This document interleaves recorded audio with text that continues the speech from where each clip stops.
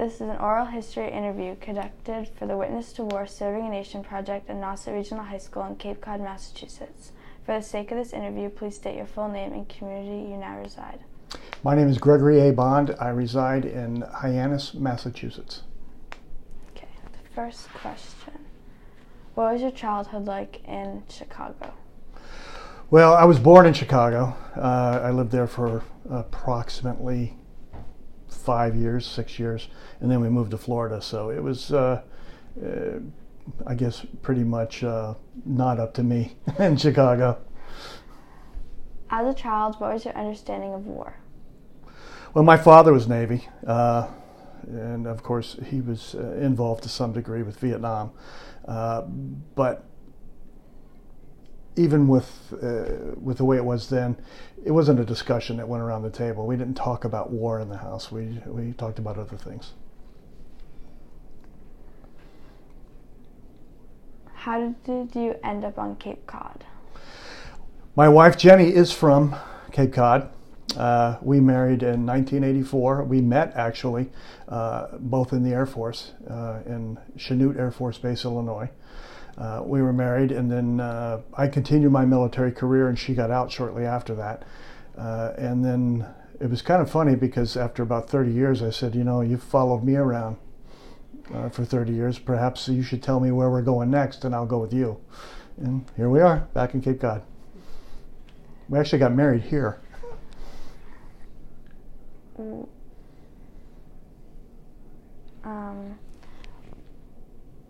When you decided, did you enlist or were you enrolled? Enlisted. And what did people think about you going to war? What were people's reactions? You know, it was a very positive thing back when I did it, and everybody was kind of excited about it. You know, I was kind of not doing anything that I thought was positive at the time. Not that I was doing anything negative either, but I just kind of got an idea, hey, why don't I just kind of go see the world, see what happens from that point? And it just stuck, and I went. So when you were young, did you ever imagine going to war? Or the military? You know, I think I can't speak for little girls, but as a little boy, I think we all do, because back in the 60s, they would, you know, buy you a little army man and you would play army. And so clearly you're at least, to some degree, imagining yourself on a battlefield. So describe your life before the military. Pretty typical. You know, I was in high school, doing those normal things, working a part-time job and going to school. When I got out of school was when I joined the Air Force. So it was within 6 months that I was on my way to the Air Force.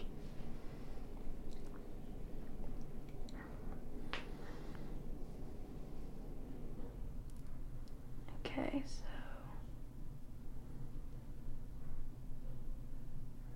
what were your feelings on your way over to the military? I was nervous, you know. I remember the very first day that we got there. There was this little exercise they played, and it was that we had to keep picking up our bags and putting them back down. And of course, we were like, you know, what's the point of this? And and then if they catch you with your hands in your pockets, they come over and yell at you. So they really kind of ingrained early on that you were under their thumb and they were going to yell at you, and they did, and it made you nervous. But you know, eventually you catch on. Seems kind of like a game. Did you have like a choice on what to do when you were over there, or did they assign you? Nah, you mean from a career? Yeah. Yeah, total control over that. You take a test and you qualify for many fields, and then you pick from those fields. And I had always kind of, you know, enjoyed the weather, and so I just picked the weather career field. Describe your favorite memory from war. I guess it would have to be, you know, the camaraderie of being with friends and out there. You know, it was never that. You know, there was nervous moments. You know, and I use the term war loosely because the actual noise and conflict of war was a very small portion of the entire time that I was over there. But I remember sitting on top of a van with friends and watching the horizon as bombs went off and stuff, and somehow did not feel insecure at all. What was like your job? I was a weather liaison, if you will, to an Army infantry unit. Actually, it was an armored unit, but I was doing ground weather. Describe your daily, like, typical day in war. Well, typical day was stand guard duty, sometimes as often as every hour, for an hour and 10 minutes every 3 or 4 hours. Get up, begin to collect data to write a forecast for the next 3 days, 10 days on a longer view. Do that work, go to the battle staff updates, deliver the forecast for the sites as well as for the forward activity going on. Deliver forward-looking FLIR data, if you will. It's forward-looking infrared so that helicopters can get on attacks. That type of work. And it took, I don't know, probably 8-10 hours. And then you just kind of cycled back to did a little maintenance and cycled back to doing the same thing. Were there some nights that you couldn't sleep? Yeah, but it was mostly due to the heat. It would literally be 111, 115 degrees. And by the time we would try to go to bed around 11 o'clock at night, finally would drift off maybe at 3 o'clock, 4 o'clock in the morning. And it would be, I would say, still in the mid-90s. And then as soon as the sun came up, the flies became active, and it was like your eyes just snap open and it's all over and you start your day. If you had to summarize your time, like, shortly, what would you say? What were the biggest things and most important things you'd want to... Summarize my time in the military? So I would put, you want me to start at the top, go down, or at the bottom, go up? Either. I would say that the most important thing that anyone does in the military is learn great leadership skills, which of course is going to help anybody in their life.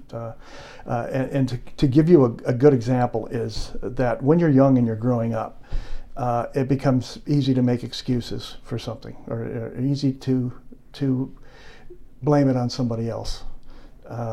Even if it is someone else's fault, it's not a great leadership technique. It's to see, what did I do about it and what could I have done about it at that spot? And that is what I think the military teaches people. What can I do about it? Don't cry about it, don't whine about it, do something about it, and then move on and make it better the next time. Describe your scariest memory of war. Well, you know, this didn't really horribly scare me, but it really kind of settled in just exactly where we were. We were getting a briefing just before we went on the... So the unit I was with went on the ground assault on, they called it G+1. So it was one day after the air attack began, we rolled. And the person giving the briefing, the very ranking officer giving the briefing, said, "I've been hearing a lot of whining that some of you think you might not be going home." And this is where it really cemented. He said, "We're all going home. Some of us are going coach and some of us are going luggage, but we're all going home." And I said, well, this is serious. This is not just a little exercise anymore. It was a sobering thought. What do you do in your free time? Out there, we played a lot of cards. In fact, my commander and I were on a team, and then two other guys were on the other team. And I think that it ended up somewhere in the neighborhood of 432 to 400. That many games. We played Ultimate Frisbee. Ironically, we always had to have gas masks and helmets. So we played Ultimate Frisbee in shorts with gas masks around our hips and a helmet on our head. But that's the kind of creative things I guess you do when you're out there with nothing else to do. How would you describe your friendships you made? Well, lasting. All of the guys that I went with out there, I still talk to today. I still have them on. Guys that I worked for and guys that I worked with both. What were some of your responsibilities you had as Sergeant General? As what? Sergeant. So I was at the time of the war, I was a staff sergeant. And my responsibilities were to do scheduling, do training. Believe it or not, when you're out there, it doesn't matter how much you've trained for it. You need to still do drills, make sure that weapons are clean and gas masks are still understood, how to don them in time. You know, when we were out there during that course, scuds would get fired and they would call a MOP condition, which means that your posture has to change to put your chemical suit on. And people get awfully nervous that haven't been practicing putting on their gear. So train, put on your gear, do it several times a day, and then when it comes time, you will easily put your mask on. Also, after scheduling and training, also doing the forecasting and doing briefings and maintenance on vehicles, prepping vehicles for convoy, that type of thing. Your time was pretty well taken up, except for 800 Spades games. What were some of your proudest memories? Well, you know, I think I would just have to say the way people handled themselves out there. That would be, I think, a great sense of pride. Everybody could have been terrified, could have been, you know, homesick, hiding out, but that's not what happened. People came together, worked together, and made the best out of a situation that was, quite honestly, not the worst in the world, but not the best in the world. Describe your average meal. Well, it depends. On the front end, they were quite good. We were in a place where we were preparing to move forward, and it was nicknamed Cement City, and it was in Dhahran. And every meal was like chicken and mashed potatoes, and it was quite nice. Then we moved forward, and it became meals ready to eat out of those bags, and it was nothing but that for 2 months. And then the chow folks came forward, and it started getting a little bit better. What's something you miss most? I think, again, military has the greatest camaraderie in the world. You know, you fit. And a lot of people talk about, even in corporate hiring, fit, making sure that you have the right fit for the group. Military creates fit. They don't rely on fit, they create fit. Define a hero. Well,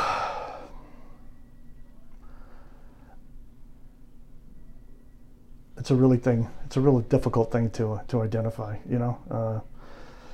A lot of people are out there, are put into a situation where they look heroic, but they're responding to a situation, and they would probably respond that way no matter what they did.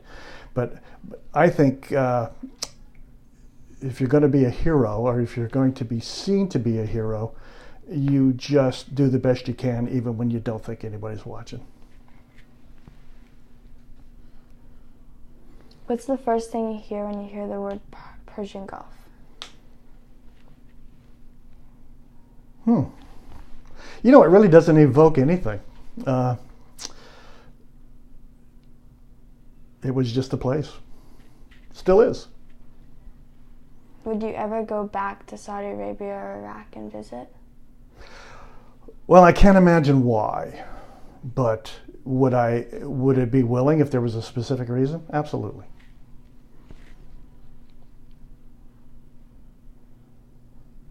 What's one of the hardest decisions you had to make?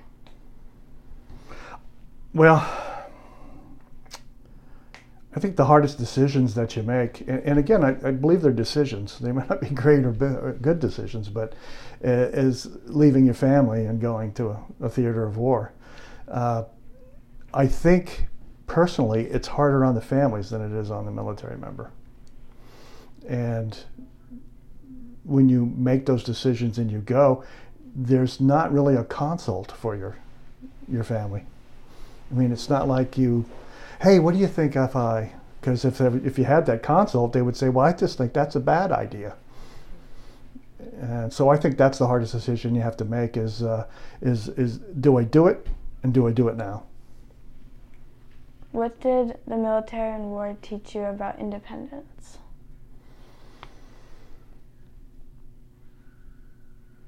I don't know that the military taught me to be independent. I think the military taught me to lean on the resolve of a team.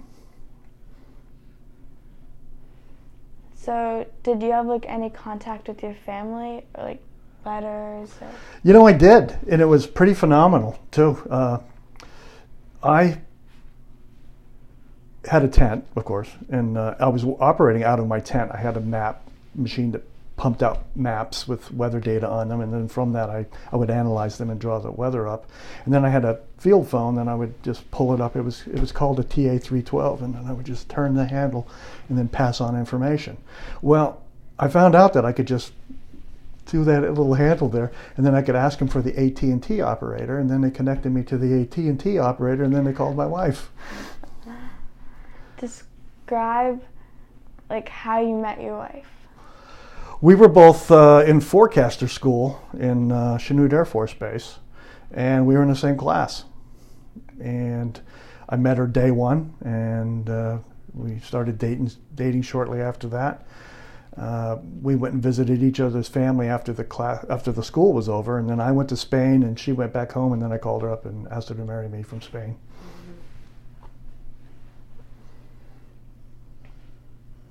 What was it like readjusting to life after?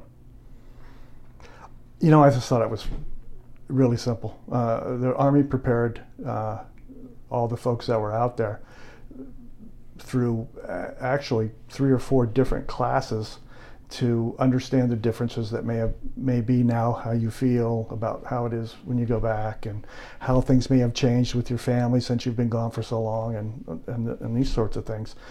And so the Army, I was Air Force, of course, but I was under Army control and Army direction and Army support. And I thought they did a really good job preparing people to go home, so that when we got home and got off the plane, we resumed normal lives, I think. Or I did anyway. How did the military change your life? Well, a lot of education, a lot of direction, a lot of self-discipline, a lot of the things that were lacking in my life before I went in there. And you don't just walk in the front door and it happens. It just happens over time. I look back on the 22 years I spent in the Air Force, and I just think it was fun, and I learned a lot. And I hope I passed on as many good things as I took. If someone you knew wanted to go to the military, what advice would you tell them? Well, I would tell them it's what you make it. Again, I would remind them of the fact that they need to learn leadership, and they need to evaluate other people's leadership, and that don't just go there and take, absolutely get your education, take what they're going to give you, but give back. As long as two sides are equally engaged, things are typically going to be better. What's a story you would tell someone? About the war? Yeah. So this is one of the funniest stories that I can think of, and let's keep it light and funny stuff. So we went down to pick up some supplies and stuff down in Dhahran, and there's this thing that was set up, and it was called Wolfburger. Now apparently this was a chief warrant officer who started making hamburgers and selling them. So I'm standing in line, and this line is literally 2.5 hours long. We're all jonesing for a hamburger out there. And so I stood in this line forever, and just about the time I get to the front of that line, the Patriot batteries turn and start firing. And as soon as they start firing, that man slams that window shut inside that hamburger thing. And I'm standing outside, no, no, no, open those windows. I stood in line for a hamburger, and I'm looking up in the apartment complexes, and people are standing out on the balconies cheering, and I just want a hamburger. How have your views of war changed from before and after you were in war?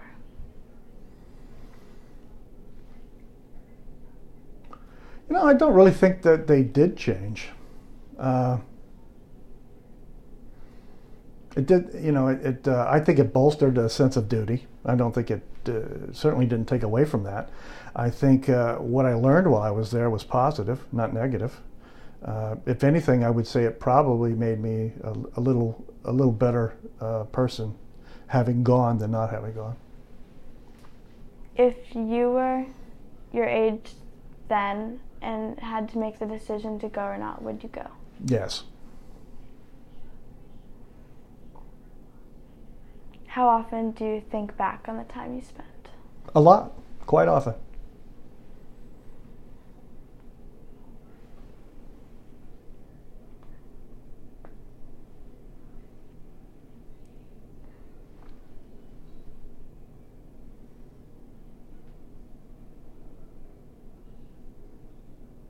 Just describe more on your things you had to do, about the weather and just your responsibilities. Well, so we would get on let's say we moved up to a place, we would get on a site, we would set up everything. We had a lot of antennas, a huge antenna array. Some were for communication, some were receiving maps. Maps came out of the Indian Ocean, and so we'd have to get set up to receive them from there. Each morning, that data that was downloaded, we would take it and then we would construct it into a map that we could use to predict the weather from.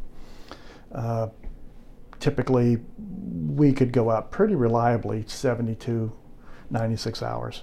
After that, it got a little shaky. But when you're talking about a ground assault, 72 hours is pretty good. They're looking, a lot of the things they're looking for is what's the terrain going to be like? Am I going to be able to get through there, or is it going to rain so hard that I'm going to have problems? Another thing would be, what if they use chemicals? How am I going to deal with chemicals? Which way is the wind going to blow from? How big is the chemical field going to be? What do I do? So that was the kind of stuff that we would do with the weather for the Army ground advance.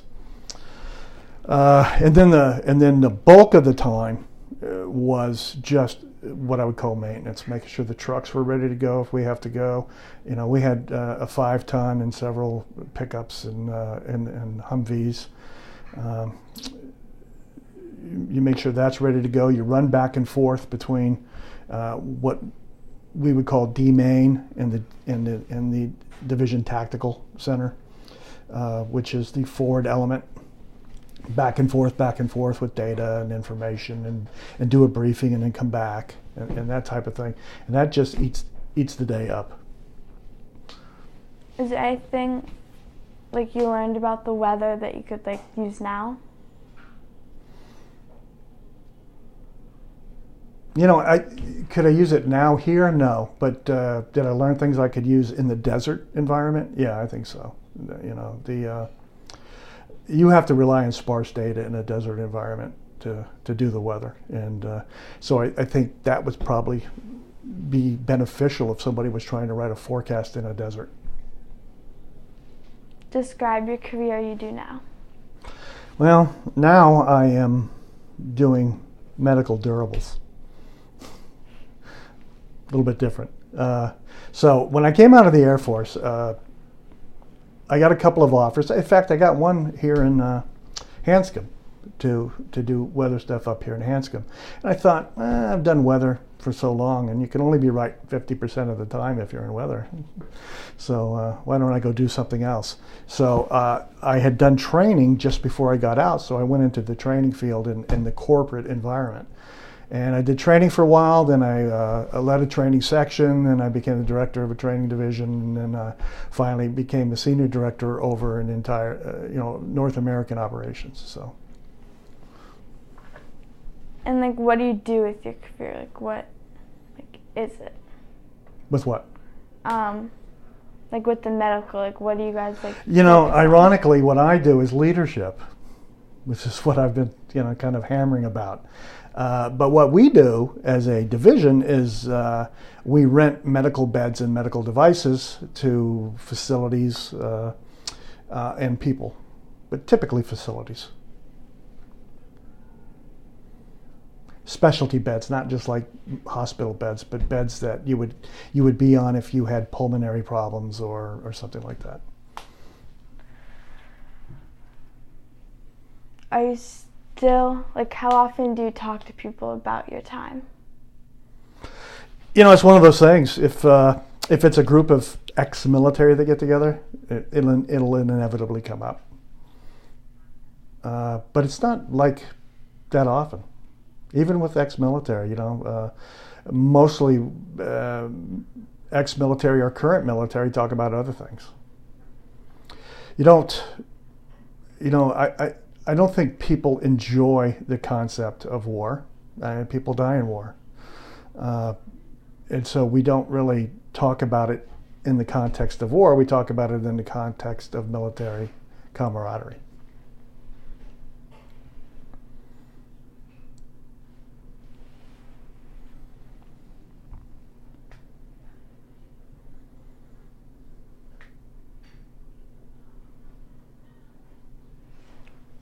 What made you agree to do this interview?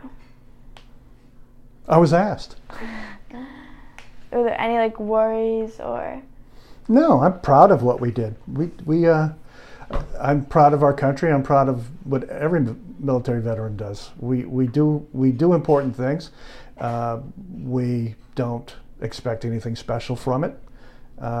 We move on with our lives. In fact, a lot of military people are like, when you say thank you, a lot of people say thank you today. Thank you for your service. A lot of people are like, well, I had a good time. I'd do it again, even if you didn't thank me, but thanks for thanking me.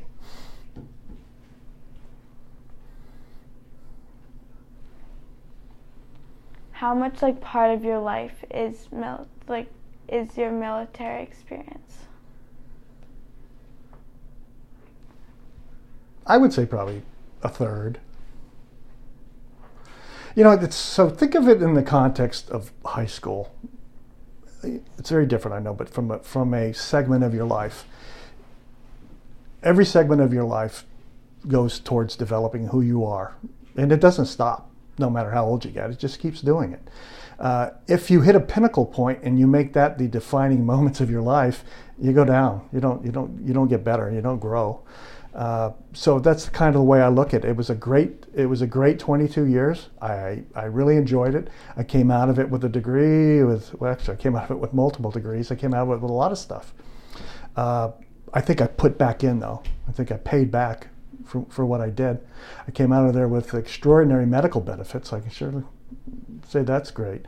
But it was not the defining moment. I kind of like to think that maybe the defining moment's still to come.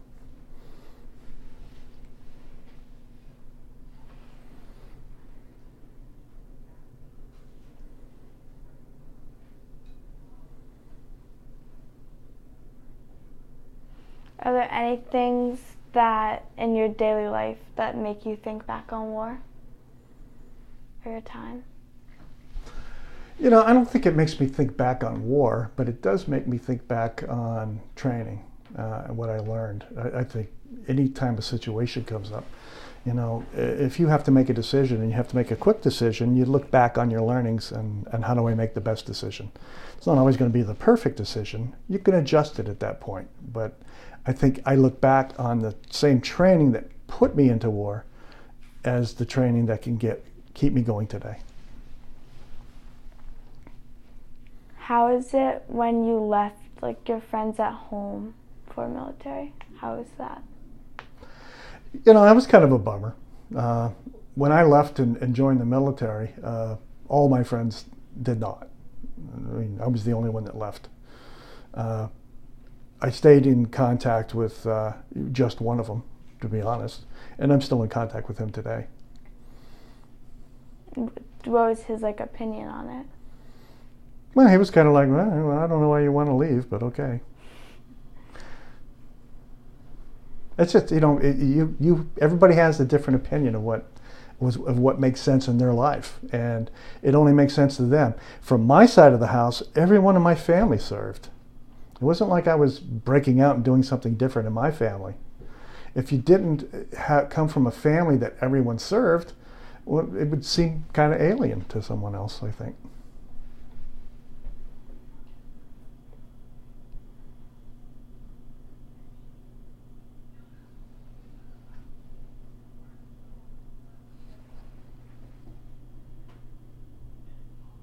Are you still part of like groups or anything today with people? Yeah, well, a couple, but one is just a friendly group, and then there's people on my LinkedIn that are from the same career field.